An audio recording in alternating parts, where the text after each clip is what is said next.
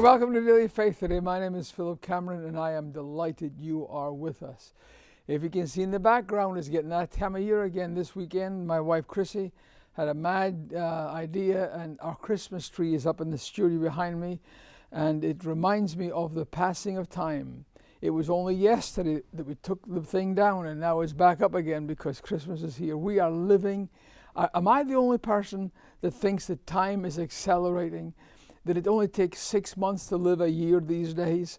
And it reminds me every day, only one life will soon be passed. And only what's done for Jesus is going to last. And we're going to be talking to you today about the purpose of missions and what it can do in a church. If you're a pastor, I want you to watch this next 30 minutes. Because one of the unique things that we do in our ministry is we invite teams to come with us to Moldova. 35 years ago, I started a mission work there, and teams come from churches, and we have a dear friend, a pal of mine. Scott Ethridge is on the program today. Pastors a great church in Shreveport, Louisiana, and he's just he didn't go himself, but he sent a team to be a part with us in Moldova. And I think there was some life-changing going on, and we're going to be hearing from him today, and we are just excited for you to be with us. I believe that this program may be a pivot point in your life. It's time to get out of the stands and into the game. A lot of times we are spectators as to what's going on. Oh, that's someone else's job. That's a preacher's job. I've got news for you. All of us are called. There is no distinction. I'm called, you're called. And whatever you find your calling to be is where God requires you to be faithful. And so you're going to be hearing about that today. If you love your pastor, give him a call to watch this program, because it may be the spark that he's looking for to move his church into an aggressive mission posture, because we're living in the last days. And the Bible says in the last days, perilous times shall come. The Bible is replete with proof of when you see these things come to pass. And we're living in it right now. So we're just excited to have you with us. And you can go to YouTube, youtube.com/Daily Faith. All of our programs are there. And I do a reel a couple of times, 3 times a week. And it's just a thought the Lord has given me, and they're all cataloged on YouTube, and you can get them there. And also you can watch us at Daily Faith on CTN Network, Integrity Network, Journey Network, WGGS Network, and Flashpoint, which is a great friend of mine, Gene Bailey, has taken this network from another friend of mine, a great dear friend of ours, Dale Hill. And so we are there. We're on Flashpoint Network every day of the week, and we are excited to be there. So we are delighted you are here with us, and I believe God has a rhema word for you. So we're glad you're here. Welcome to Daily Faith.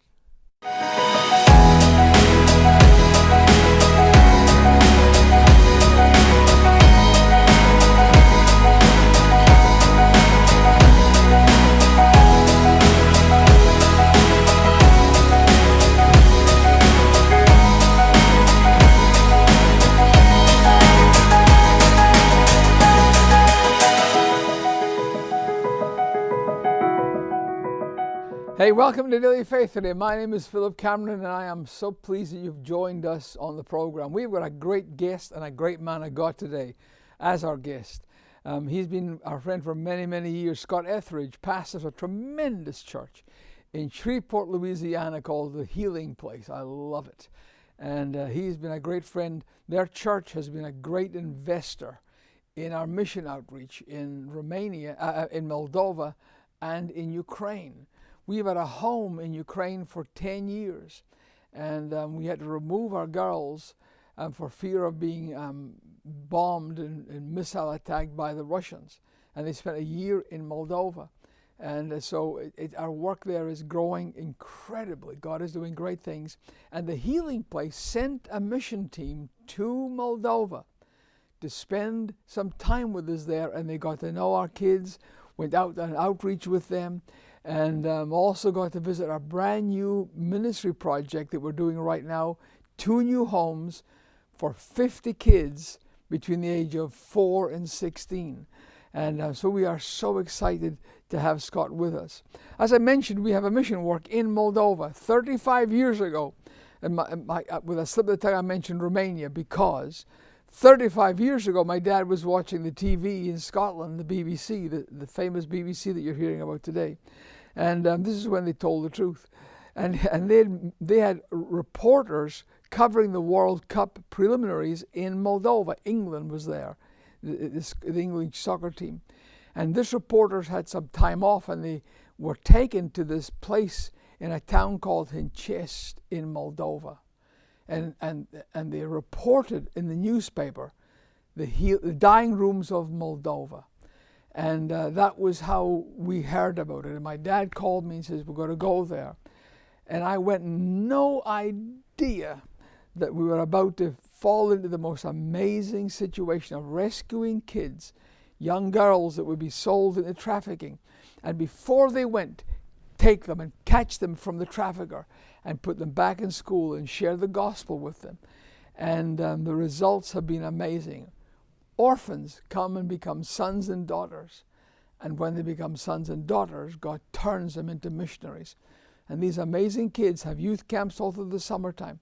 They have feeding programs, and they go into the villages, forgotten places, and share the most amazing story of the gospel, but bring food with them and bring wood. We buy these great big bags of wood for $75, I believe it is, and we deliver them to their house and stack. And a widow that can't chop wood and can't buy wood and will freeze during the winter time, many freeze to death. And our young folk go and we stack the wood for them, and we bring hope and drive fear out of their heart because of a place they know they'll be warm for the winter time. It's amazing. And just recently, Scott's church went to Moldova, and while they were there, we made a video of them doing the work and the outreach in one of the villages. Watch this.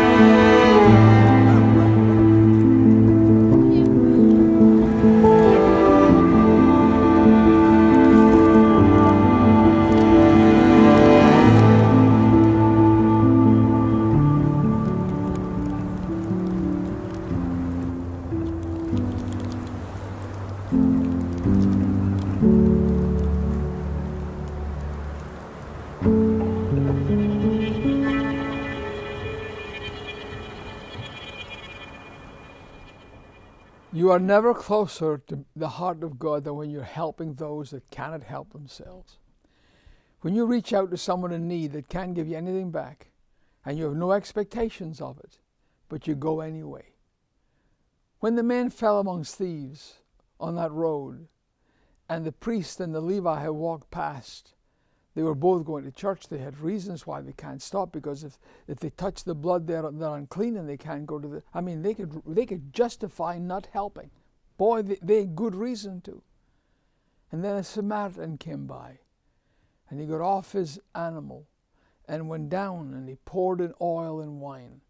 While the other one, the priest, walked past, the Levite stopped and added up how much it would cost and said, that's too much.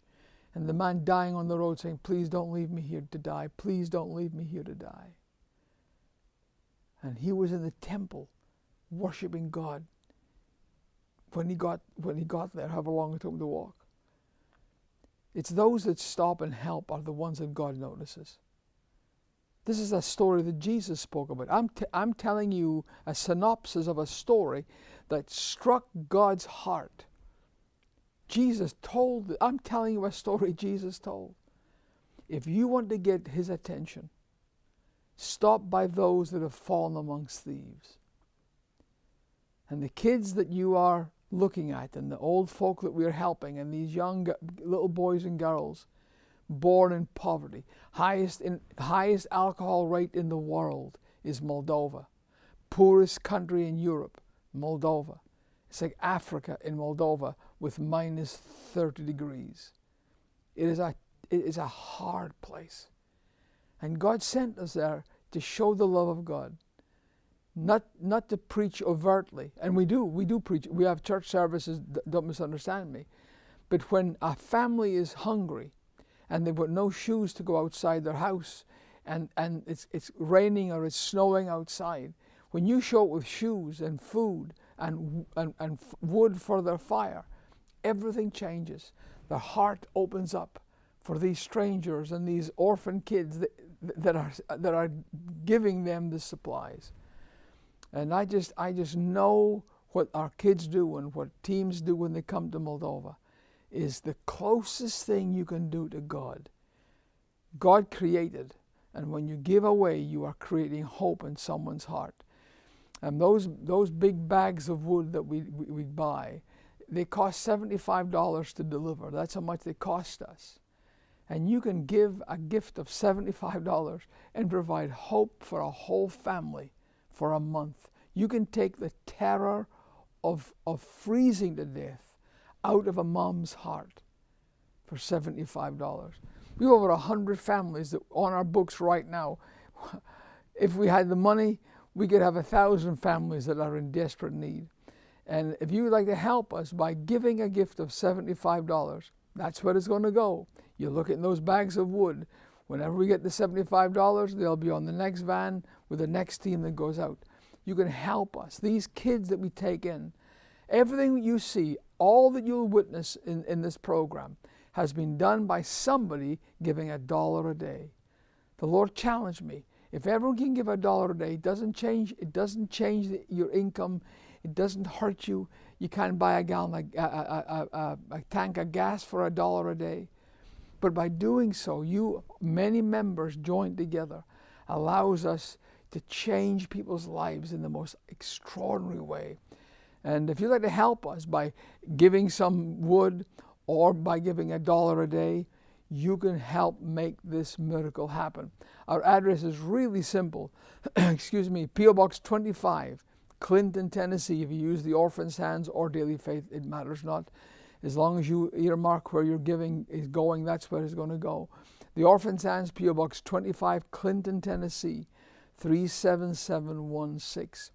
You can also go to dailyfaith.tv. There's a giving page there.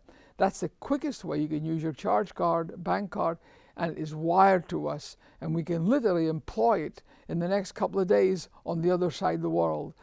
Each of the homes has a credit card from America. So all of the food purchase and all the supplies, each of the homes has their own account that we keep as to what was being spent. And we can wire money there over just instantly. And please help us.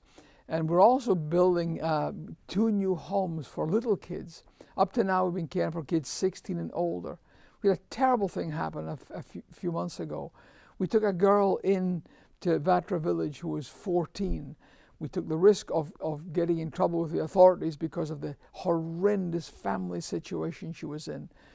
And they made us send her back, and we sent her back. And a week or so after she was put back into her village, she was gang raped by 10 men, and she literally lost her mind.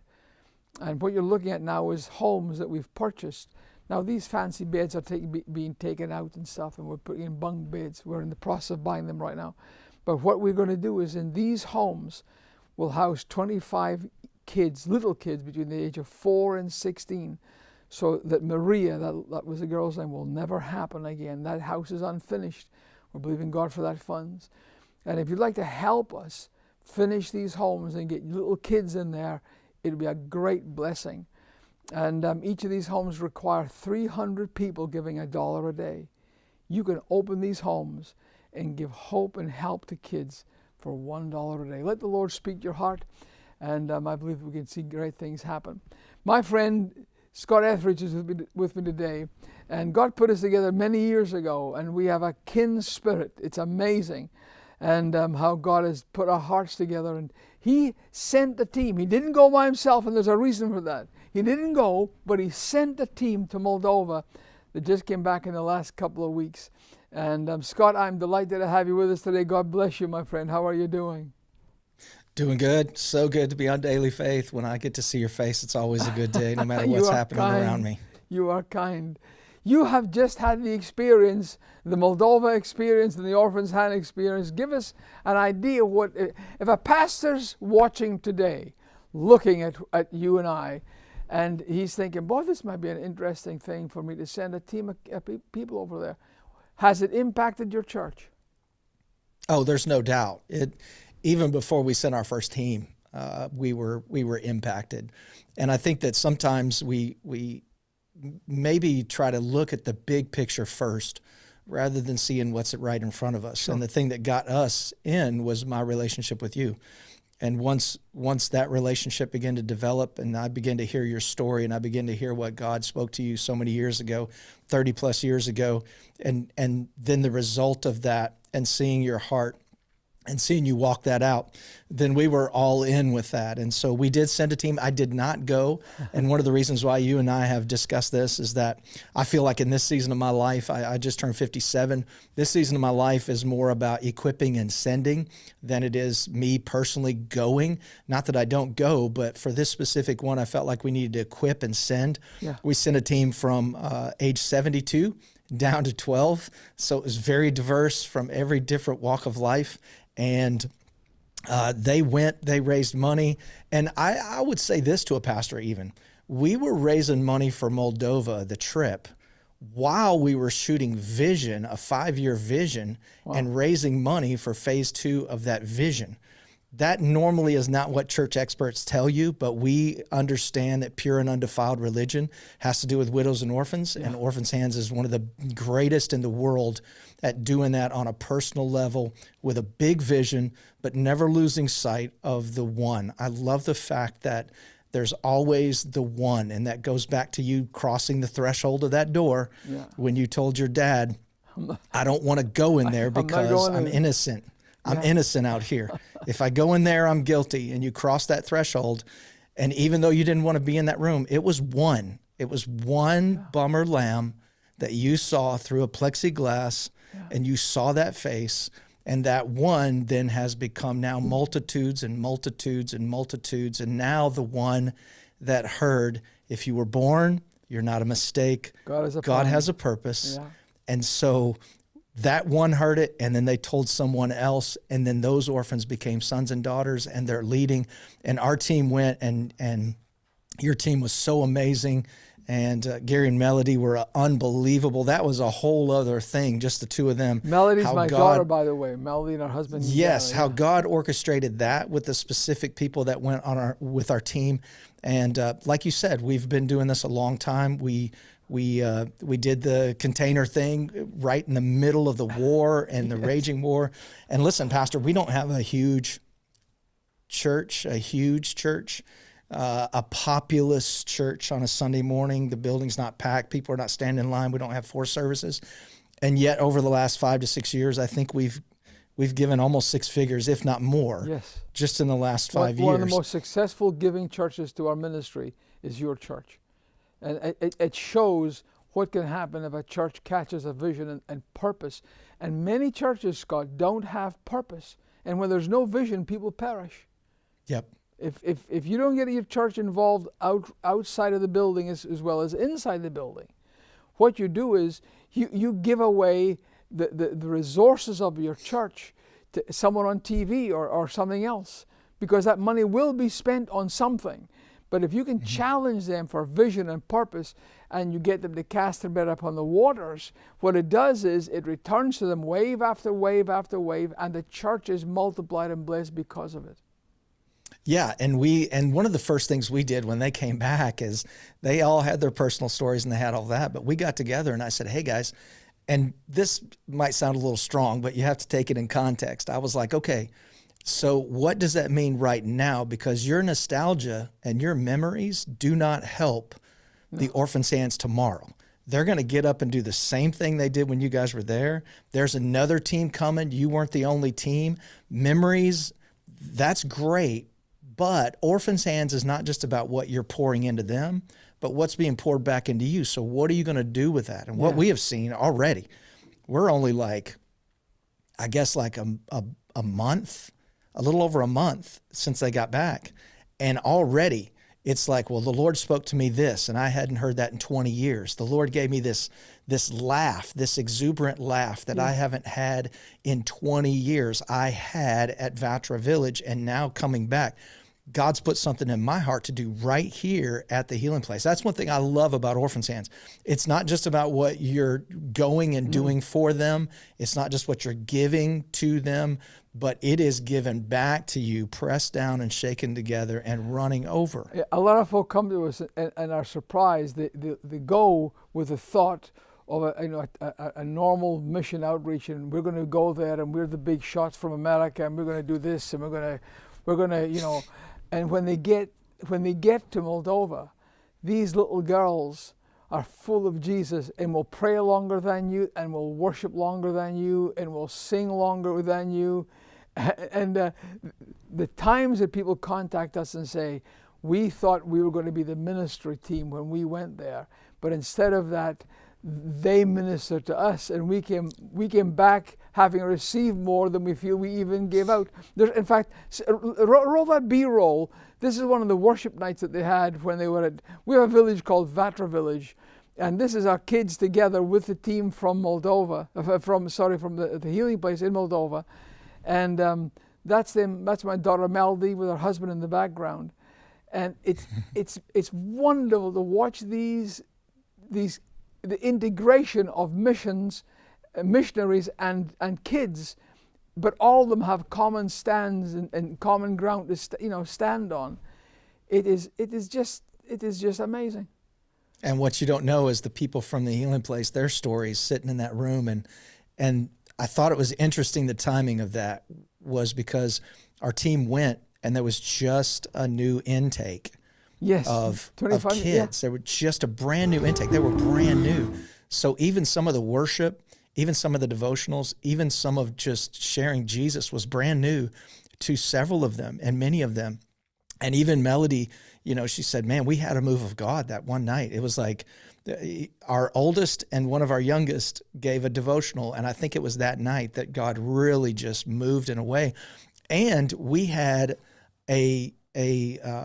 our pastoral care guy, Rick, 72 years old. He's been in full-time ministry over 40 years. He's been with some of the biggest of the big names.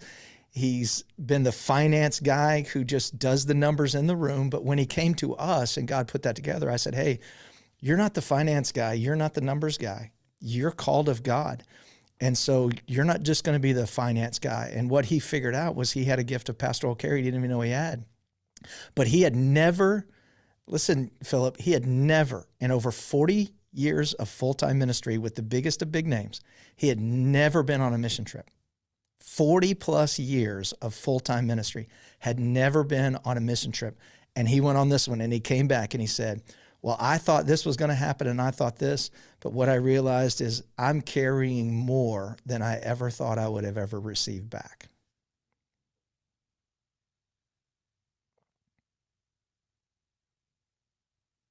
We invite you to get in contact with us and arrange a trip with your church. And I'll promise you this, your women's group will come alive, because they'll suddenly see, wow, we can create stuff and we can send it. We got containers that we ship, one last week. And we're continually filling containers with items that are needed in Moldova. And there's so many ways that your church can get involved in what we do in Moldova and Ukraine.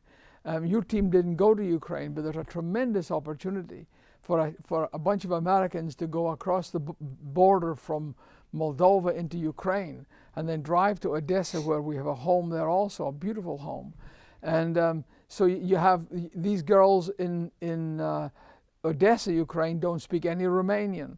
So it's a completely different world. It feels different. But what it's doing is giving you a taste of being God's hand extended. And once you stretch your spirit to include that, you're never the same again. It transforms you from the inside out. So if you're watching today, you need to consider coming to Moldova, being part of our family that's over there. It will absolutely blow your mind. And both of us are going through the same. You're 50, did you say 57? 57, yeah. Oh, you're just a young, and I'm Don't 70. say that. I got grandkids. Don't say Listen, that. Don't even go there. I'm not the young buck anymore. Come on. I'm 70. What you talking about? and so what we're doing is we're preparing our kids to go and take the mantle from us that we've carried for 35 years. So Melody and Gary, you may not know this, but that was their first time hosting. And they came back saying, oh, we like this. And so it's generational. That's the key, isn't it? There were so many different things that were accomplished with one trip, with individuals, with a team, for our church, for Orphans Hands, I believe, as well, Absolutely. for Gary and Melody, like very personal things that happened. And Philip, just as kind of a parting thing for anybody out there, there is a language to the kingdom of God. Yes, there is. And it's one of the reasons why the Pharisees hated Jesus, is the language of the kingdom. He spoke some of the same words, but he didn't speak the same language. That's a word for somebody. Wow. He spoke the same words, but he didn't speak the same language. He spoke a different language. And the world uses the word compassion, but they see compassion one way. Yeah. And compassion in the kingdom is a totally different definition, and the results are different. Absolutely. And Orphans Hands, for me, when we say compassion and we're talking about Orphans Hands, it's not a worldly word. It's a different language. And when you go and when you connect with Philip and you connect with his family and you connect with Orphans Hands, same words, different language. It is a different language. It is a supernatural language. And I love the fact that in the valley of the shadow, right there in Moldova, in the valley of the shadow, I love it. David said, still waters, green pastures, it's He. He leads me. He does this. He did this. But in the valley of the shadow of death, you are with me. And I love the fact that right there in the valley of the shadow of Moldova, they're not talking about God. They're talking to God. It's personal. Wow. It's about the one, and it's personal. It's a different language. Same words, different language. I've taken off the bumper at the last of the program, so we've got another couple of minutes we can spend with each other, because this is so good. Once again, God is transferring from our generation to the next generation. And unless we make room for that, unless we allow that to happen, we will become extinct. And the last thing I want to happen for this great ministry that's been taking place there for 35 years is for it to become extinct. And the only way you can allow it to continue is to allow it to flow out past you into the next generation. And we're with kids in Moldova that we rescued 17 years ago that now run the place. Nadia, for example. And here's this amazing girl that is there and has literally given her life to this cause. And to watch her grow and mature. I could go through every single one of the house parents, the story that brought them to the place. And the DNA that we put in them is now being transferred, and I believe there's folk watching us just now that need to understand that passing the baton doesn't mean you got to stop the race. It's just a progression to the next level. Yeah, I would say even it's almost like a relay race. When you pass the baton, get out of the way.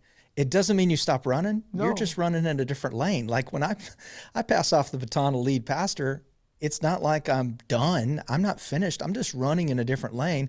And thank God, I'm probably running at a different pace than the one I passed the baton to. I'm not trying to keep up with them. I want them to lap me. I want them to lap me over and over and over again. But I'm still running in my lane. I'm still running at my pace. And thankfully, even in that lane, I'm able to pass the baton again to somebody else and get in another lane. That is Genesis to Revelation, and the where we see Israel get off track, where we see the body get off track, is when we don't pass. Hezekiah wants 15 years, but he doesn't want 15 years for the next generation. He wants it selfishly for himself. Yes. And a man of God, who God used tremendously, gets 15 years and doesn't pass a baton. And so all those things, he did not finish well. No. He ran well, but he didn't finish well because he didn't pass the baton. I don't want to ask. I'm asking for 15 more years, but not for me. Sure. I'm asking for the next and the next and the next. And I'm asking for my great-grandchildren, which I don't even have yet. Before they even had days, God gave it to them. I've got a grandson called Rowan, and we were driving the car the other day, and he says, "Granddad," he says, he's 10. "Granddad," he says, when can I start working to take over the ministry from you?" And I'm thinking, oh, I like how you are thinking, my boy. That is amazing.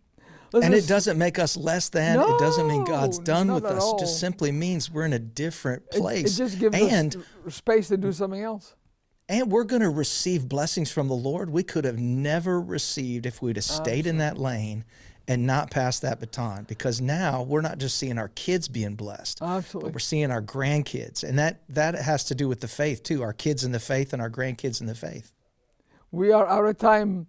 Thank you for being with us today. The Healing Place, Shreveport, Louisiana. Go to